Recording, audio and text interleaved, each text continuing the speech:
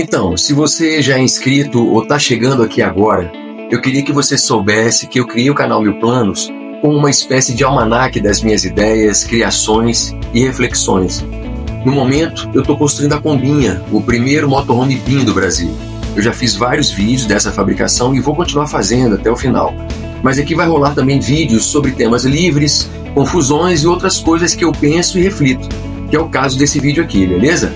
Então, se o seu foco é o mesmo que o meu, que é o de estar sempre em transformação, continuamente buscando aprender para ser uma pessoa melhor, você está no canal certo.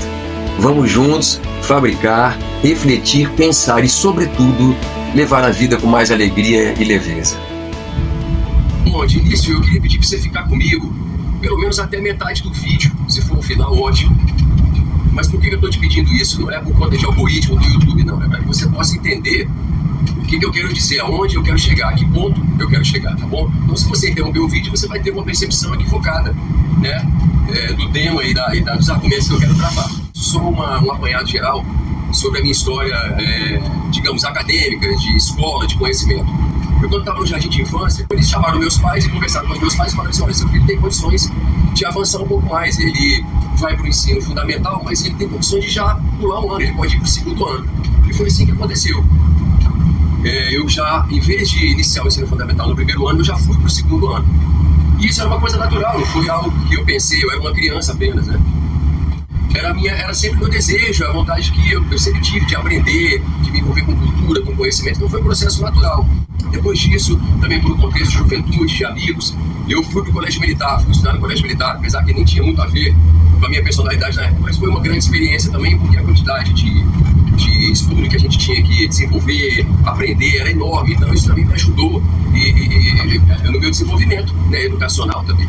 Então eu estudei 4 anos no colégio militar e depois fiz o ensino médio, né, o segundo grau na época, terminei o segundo grau e após terminar o segundo grau eu comecei a estudar na escola de música, fiz uma seleção para a escola de música e comecei a estudar violão e canto, porque na realidade a minha essência de artista era dar vazão a isso. Eu sempre quis me envolver com música, eu queria ser artista. Na verdade, eu sou um artista em essência. E aí eu falei, vou para a escola de música, fui estudar violão, canto.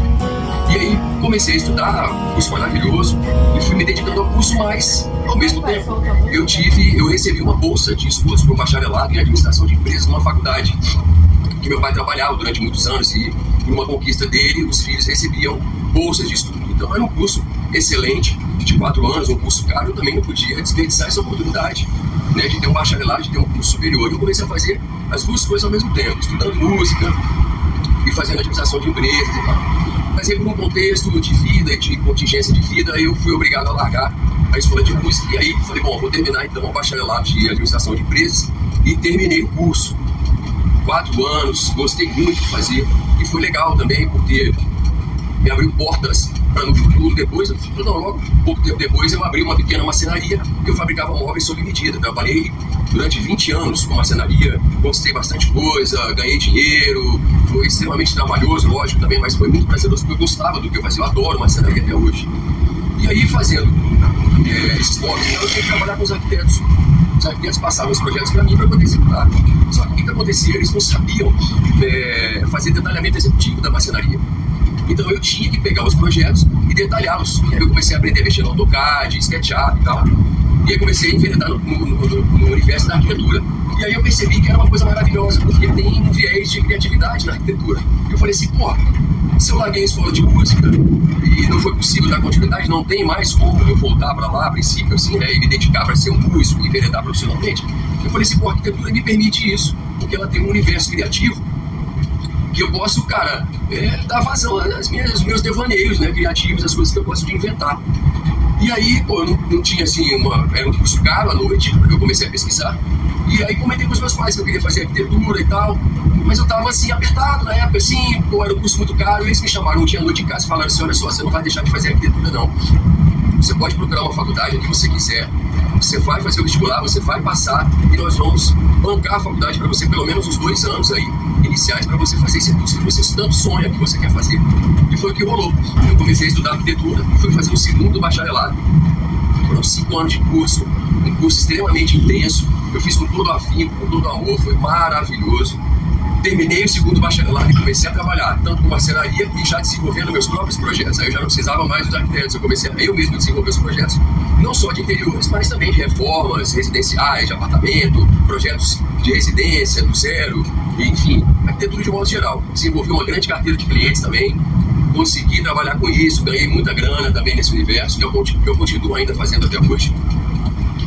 E aí, durante esse processo, eu falei assim, cara, eu sempre gostei de compartilhar conhecimento, conteúdo. Eu falei assim, por que não? De repente eu posso enveredar na área da educação, ser professor. Meus pais ambos são professores. Papai e mamãe professores a vida inteira. Mamãe aposentou como professor, papai também. Então eu tive esse apelo também, talvez indiretamente ou diretamente pelos dois. Aí conversei com o coordenador da faculdade, que eu fiz arquitetura, e ele falou assim, pô, já te conheço, você foi meu aluno, e procura um semestre aqui que de repente você pode começar a dar aula. E assim aconteceu, eu comecei a dar aula na faculdade onde eu estudei à noite. E aí fui adquirindo experiências e houve a necessidade também de aprender a dar aula. E aí eu fiz uma pós-graduação de 1 ano em docência do ensino superior, para aprender a dar aula para alunos de adultos, né? Depois do ensino médio. Fiz essa especialização, terminei, concluí, tive um diploma, levei para a faculdade. E aí continuei dando aula. Mas aí, de uma forma até natural, quando a gente começa a estudar e tal, eu falei assim, poxa, eu acho que eu tenho condições de dar sequência nisso aí. E qual que era o integral subsequente de uma especialização, né, lato sensu, um aspecto mais global, o mestrado. Aí eu fui para o UNB, comecei a pesquisar, entrei como aluno especial, fiz o vestibular para mestrado, e após 2 anos, concluí o mestrado, peguei o diploma, levei na faculdade, comecei a dar aula numa outra faculdade particular, levei todo o conhecimento que eu desenvolvi ao longo do mestrado para a sala de aula, porque eu tinha esse foco também, eu não queria fazer um mestrado, um conteúdo que ficasse só na teoria, então eu me enveredei na parte de tecnologia, e eu levei o conteúdo que eu desenvolvi no mestrado para dentro da sala de aula para passar para os alunos. Aí, mais uma vez, uma consequência natural de um mestrado, o que é? Um doutorado. Voltei depois de descansar 1, 2 anos após o mestrado, porque é muito cansativo, é muito puxado. Voltei para o UNB, fiz um novo vestibular, passei para a seleção de doutorado e desenvolvi o doutorado. Aí já foram 4 anos, puxado. Consegui desenvolver uma tese exclusiva, desenvolvi um equipamento inovador que não existe nem no Brasil, nem no mundo. Fui estudar uma área que eu não conhecia, que era geotecnia. Comecei a estudar, pesquisar sobre geotecnia. Como arquiteto, a gente tem apenas uma noção. Comecei a entender bastante, conversava até com os engenheiros já sobre o tema. Desenvolvi esse projeto, essa tese. Após 4 anos, terminei o doutorado. Esse era o ponto agora que eu queria que você chegasse aqui, até esse momento do vídeo comigo. Porque senão vai ficar fora de contexto. Você poderia pensar, pô, para que o cara está fazendo esse vídeo? Para ele demonstrar a sua própria vaidade, o que você tem? Não, pelo contrário. É isso que eu quero que você entenda. O fato de eu ter conquistado tudo isso na minha vida não me faz melhor do que ninguém como ser humano. Esse é o ponto que eu queria chegar. É isso que eu queria conversar com vocês, entendeu? Por quê? Porque tem muita gente que se acha superior aos outros como seres humanos. Ou porque ela tem dinheiro, ou porque ela acha, ou ele acha que tem uma beleza determinada pelos padrões sociais nossos de hoje, ou porque ele tem uma capacidade de fazer determinada coisa na vida, entendeu? Ou uma série de variáveis e de valores que ele se acha um ser humano superior aos outros. Então, isso tudo que eu coloquei para vocês até agora, do meu histórico, é exatamente para falar isso. Isso não me torna melhor do que nenhum outro ser humano. Pelo contrário, eu sinto uma responsabilidade social por ter conquistado tudo isso. Isso me dá uma noção, uma consciência de que foi, de certa forma, um mérito meu, eu consegui por um mérito meu, mas não foi um mérito exclusivo meu. Foi uma série de contextos que me proporcionaram chegar até onde eu cheguei. Então, o fato de eu ter essa responsabilidade social é em função disso, porque tem muitas pessoas, cara, na vida e na sociedade que tem muito mais capacidade do que eu, que poderia chegar muito mais longe e não chegou, porque não teve as mesmas oportunidades familiares, de amizades, sociais, de estado do que eu. Então elas não chegaram porque elas não quiseram, porque elas não tiveram como eu tive, entende? Então isso me dá um senso de responsabilidade, mas não é um peso, é um senso de responsabilidade natural, de que, poxa, se eu cheguei até aqui também, é porque muitas pessoas não tiveram a oportunidade de chegar também. Então, de certa forma, há uma responsabilidade, não é uma dívida, mas é uma responsabilidade no sentido de uma consciência social. E é isso que eu queria dizer. O fato de ter essa leitura da vida, essa malícia, me torna cada vez mais humano, demasiadamente humano. Isso quer dizer o quê? Mais respeitoso com o outro, entendendo as diferenças do mundo e das pessoas, compreendendo que eu não sou melhor e que eu não tenho o dom ou a compreensão do que é correto, do que é a verdade. Cada um no seu contexto de desenvolvimento, cada um nas suas possibilidades, cada um carregando as suas virtudes e a sua própria cruz também na vida, entende? Então, essa é a reflexão que eu queria trazer, porque às vezes a gente vai conviver com determinadas pessoas e não é possível de você conviver, porque elas têm um ranço, elas se sentem superiores, elas estão no pedestal.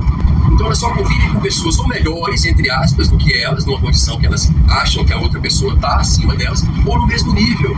E na realidade isso não vale nada. A vida é um sopro. É interessante aproveitar a vida dentro das suas matizes de possibilidades, das suas diferenças, entendendo que cada um é um ser humano, cada um é um universo. Cada um tem sua própria luz, né, dentro das suas próprias oportunidades. Cada um tem o seu tempo, cada um tem a sua forma e a sua velocidade de viver a vida. As diferenças, é claro que existem entre as pessoas. As diferenças no sentido de que alguém tem alguma habilidade que eu não tenho, eu tenho uma habilidade que uma outra pessoa não tem. E essa troca, essa possibilidade de trocar é que é o grande barato do processo. Porque é essa troca que faz a gente crescer como ser humano, né? Eu acho que o conhecimento é uma coisa que quanto mais a gente doa, mais ela aumenta de volume, mais ela cresce, né? Quanto mais eu dou conhecimento para as pessoas e troco, mais esse produto cresce, o conhecimento se desenvolve. Então essa possibilidade da troca, que eu acho que é o grande barato da vida, porque a gente só cresce, né, convivendo com o ser humano, trocando experiências, aprendendo, ensinando, certo? Então quando alguém se coloca numa posição de superioridade ao outro, essa relação ela se quebra, não há possibilidade de aprendizado. Somos todos iguais, em essência, em alma, em corpo, né, em consciência, somos todos iguais, entende? Então, o fato da troca, para mim, é a grande essência da vida, porque é isso que faz a gente crescer. E quando a gente cresce, amplia a consciência, tem mais tranquilidade para viver, a gente tem mais paz, a gente tem mais qualidade de vida, a gente desapega das coisas que realmente não têm valor. E a gente se apega a quê? A saber que o outro, ele é tão bom ou tem os mesmos defeitos quanto eu. Então, a partir do momento que você se iguala como ser humano, você se permite. E quando você se permite, você vive, você se torna presente na vida, entende? Então, esse que é o grande resumo, né, dessa reflexão que eu estou fazendo, que é isso, a possibilidade da gente cada vez mais compreender que não somos superiores a ninguém, apenas somos diferentes, tá bom? Era isso que eu queria tratar um pouco aqui sobre esse tema com vocês. Eu senti essa necessidade, é muito legal quando se fala assim, né, abertamente, quando eu falo para mim mesmo e ouço o que eu estou falando, porque é uma oportunidade de aprendizado, é como se fosse uma terapia, uma autoterapia, né? Então o fato de eu estar me colocando, me posicionando, me gravando, né, e colocando esse conteúdo para fora para compartilhar com outras pessoas, para mim é uma experiência incrível, é um dos objetivos, né, desse canal. Como eu falei já em alguns vídeos, para você que está chegando aqui agora também, é fazer esse registro das minhas coisas, né, compartilhar isso com as pessoas para que todos nós juntos possamos crescer, se desenvolver, né? Esse é o grande barato da vida. Então, eu vou continuar fazendo vídeos nesse enfoque de reflexões, porque isso faz parte do meu universo, faz parte do Mil Planos, do canal Mil Planos, né? Inventar coisas, criar, refletir, porque está tudo interligado, está tudo junto, as coisas não são separadas, né? Parece que hoje a vida, o sistema nos impõe que a gente tem que separar tudo, que a gente tem que trabalhar tudo de uma forma linear, de uma forma sequencial, mas a vida não é assim, você sabe que a vida não é assim. Tudo vai acontecendo ao mesmo tempo, em conjunto. A vida funciona desse jeito. Então, a minha proposta era essa, era trazer um pouco da vida como ela é e compartilhar isso de uma forma misturada, né, de uma forma que as coisas possam se interligar de uma forma natural. Tá bom? Então eu quero te agradecer muito se você chegou até aqui no vídeo comigo. Pô, cara, que massa, muito legal, te agradeço demais. É sinal de que eu agreguei alguma coisa na sua vida, não é isso? Então eu quero te pedir para você se inscrever no canal, dar esse apoio para mim, para a equipe que está trabalhando aqui comigo, né? Compartilha, de repente tem alguma pessoa que está precisando refletir um pouco sobre isso, vai ser legal. Compartilha esse conteúdo, tá certo? E continua me acompanhando, porque eu vou tratar mais sobre reflexões, sobre devaneios que vem na minha cabeça. Então, também sobre projetos que eu estou inventando, que eu estou desenvolvendo, né? Um deles que eu vou fazer agora é essa bombinha que vocês estão vendo aqui, e eu tenho já bastante conteúdo que eu vou estar publicando ao longo do tempo, tá bom? Então, cara, muito obrigado para vocês que me acompanharam até aqui, tá certo? E vamos em frente e até o próximo vídeo, tá bom? Um grande beijo para todos vocês e até a próxima. Valeu!